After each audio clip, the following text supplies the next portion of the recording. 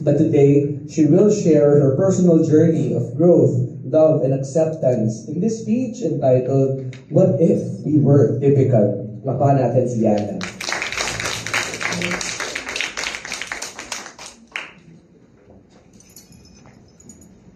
Yana, huy, mag-smile ka naman. Alam mo, akala ko mataray ka. Girl, ang corporate typings mo naman. Huy, ayun na si BS Org. Bakit ba pag panganay, automatic na sub-parent? Pag may kuya, protective ka agad. Pag may kakambal, may automatic na best friend. Good afternoon, everyone. I'm Yana. And my family is not ordinary. So, yan kami, apat kami magkakabatid. We have my oldest brother, Jose, and then Gabriel, and then there's me. And that's my sister, my twin sister rather, Alisa. So, mukha siyang ideal, no? Dalawang lalaking nauna, protective sa mga kapatid nila. Yung sister naman, may best friend, pero that's not how it was growing up. Ayan. Kilala niyo ba yung mga characters na yan?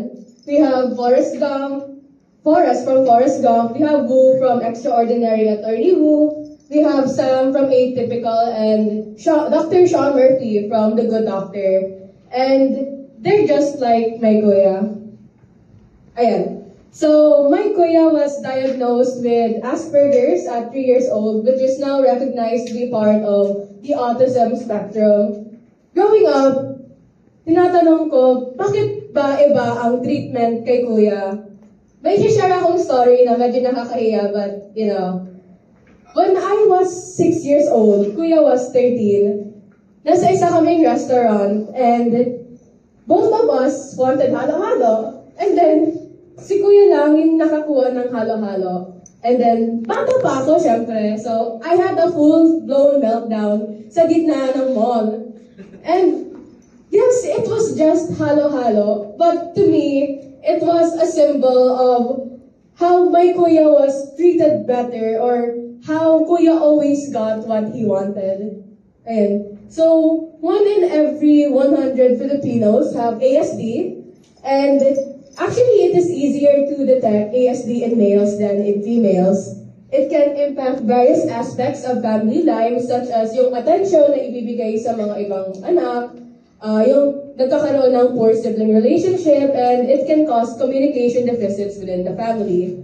And gusto ko lang sabihin na autism is a spectrum, so each individual may experience autism a little bit differently.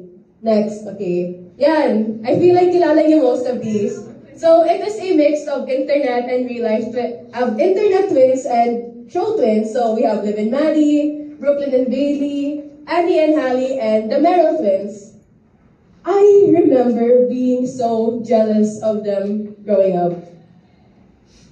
This is me and my twin Alisa. I am 2 minutes older. Fun fact, 100% of people don't believe we're twins when we tell them kasi hindi nga kami magkamukha.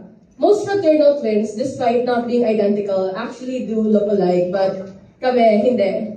We were different.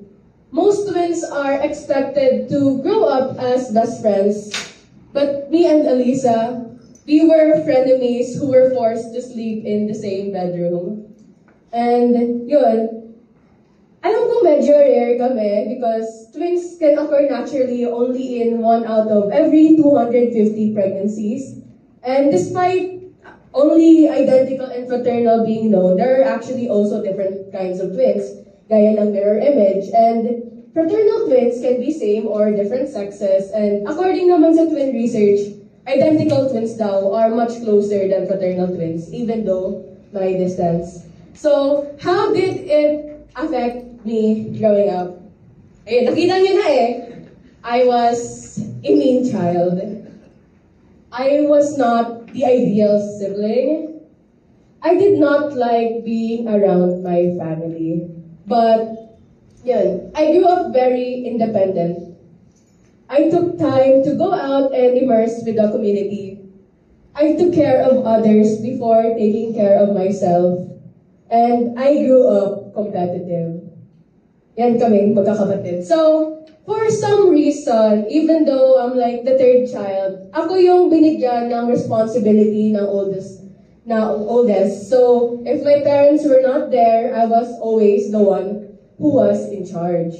So, parang, how did my kuya's autism affect me? So, yun nga, I had personality issues, medyo.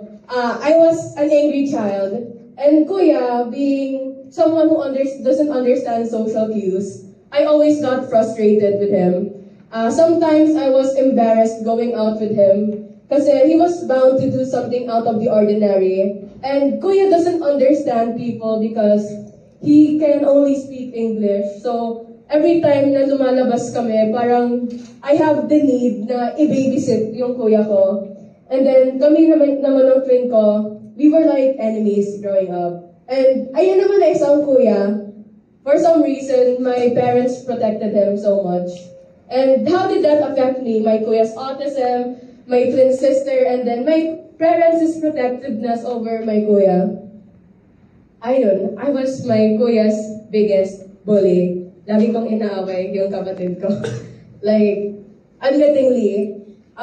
Hindi ko sinasabing like, I know I made a mistake. Kasi we should understand the circumstances. So, yun. I was my kuya's biggest bully. And sa twin sister ko naman, I always wanted us to be apart from each other. And even though nung grade 5 and 6, lagi siyang binubully, lagi ko din siyang linalayuan. And nung high school, I specifically begged my parents na ihiwalay kaming dalawa kasi ayaw kong magkasama kami. My sister was my biggest enemy. So, how did that everything affect me growing up? I hated being responsible. Yun ang nga sinabi ko na I was dubbed as the oldest child. At 6 years old, my parents gave me a cell phone. I was the only one to have a cell phone. Para they have someone to reach in case of emergencies. And I was 6 years old, so like, whoa. And I think my siblings understood this then na ako yung supposed na oldest because they listened to me. And since I was supposed to be responsible at home, I carried these outside. I hated being independent. My family never gave me much attention growing up. My mom told me na ako daw yung anak na hindi nila kailangan pagtuunan ng pansin. Lagi kong tinatanong, bakit pag si Alisa laging hatid sundo, pero kailangan ko laging mag-commute? Bakit yung mga kapatid ko pag may achievements, celebration, pero pag sa akin, wala lang? Bakit laging si kuya ang nasusunod? But, that taught me to not be reliant on other people. I hated being competition. Ayun, twins, hindi naman sila dapat automatically nagiging competition. Me and Alisa, we never saw each other as rivals growing up, but everybody else did. Why did it matter to them who was better at this or that, who was taller, who was smarter, who was prettier? That didn't matter to Alisa and I, but to everyone else, it did. And it created competition between us. But after everything, I realized that time heals wounds.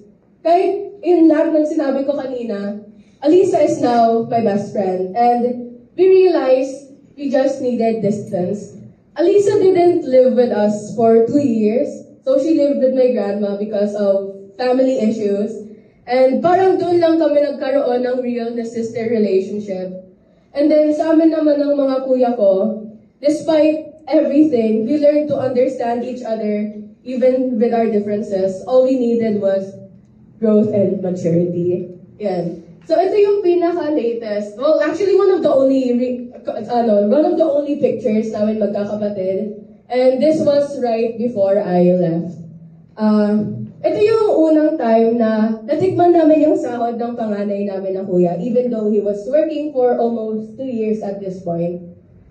This was the first time that kuya felt like a kuya. And the first time that the siblings felt like actual siblings. And, okay, so my sister sent me a letter 5 days after leaving home. And I feel like it's actually very important to the speech. So, ayun, screenshot lang para hindi niya sabihin na gawa-gawa ko lang. Ayun, kalimutan ko isan. August 17 and tumalis ako August 12. Ayun. Our family was never the most affectionate. We'd rather buy gifts than talk about our feelings. We don't take a moment to appreciate milestones. We'd rather move on quickly than spend a minute longer trapped in the past. Both Mom and Kuya Yak even want to make bawi for bad memories we'd already long buried in the back of our heads. But personally, I don't think the family should be sorry nor disappointed for how we grew up because of this one singular thought. We can't have done that bad of a job because I'm so proud of who you've grown up and become. Our parents somehow raised us to care about other people more than ourselves. Mommy says that you're the only one with a bit of toughness to you. But I think among the four of us, you know how to care the best. We can buy people gifts and politely nod even when we don't get our way. But you stick by your values no matter what. You defended me and supported me when I ran away from home. You have a bullshit detector for people, fashion, and morals, in contrast to which I feel so blind in. Your mom's reality check, dad's co-counselor, Kuya Gab's voice, and I always joke that you're like my ate. Also, when someone puts up a wall to protect themselves, then that means it can be anything but an honor to be someone you care about. I feel so lucky to have earned hug and deep talk privileges after 17 years. The truth is, as bad as our family is with words, we will miss you. But the last thing we want is to get in the way of your independence. So, yeah. Seems familiar. This was on August 12. This was the day that I left home. Hindi ako nagpaalam sa mga kapatid ko na aalis na ako. And frankly, I didn't care. And you know the difference between her and I've learned to accept my siblings the way they are. And I've learned to love them despite yung ingay nila, yung personalities, and their different attitudes. And I realized that through the distance and time, I actually really do love my siblings. And I am who I am because of them. So if Kuya was not like Sean from The Good Doctor, if me and Alisa were like Liv and Maddie, if my parents did not protect my Kuya, would I be who I am today? My name is Jana, and yes, I said earlier, my family is not ordinary. And through growth and acceptance, I've come to accept them. Thank you.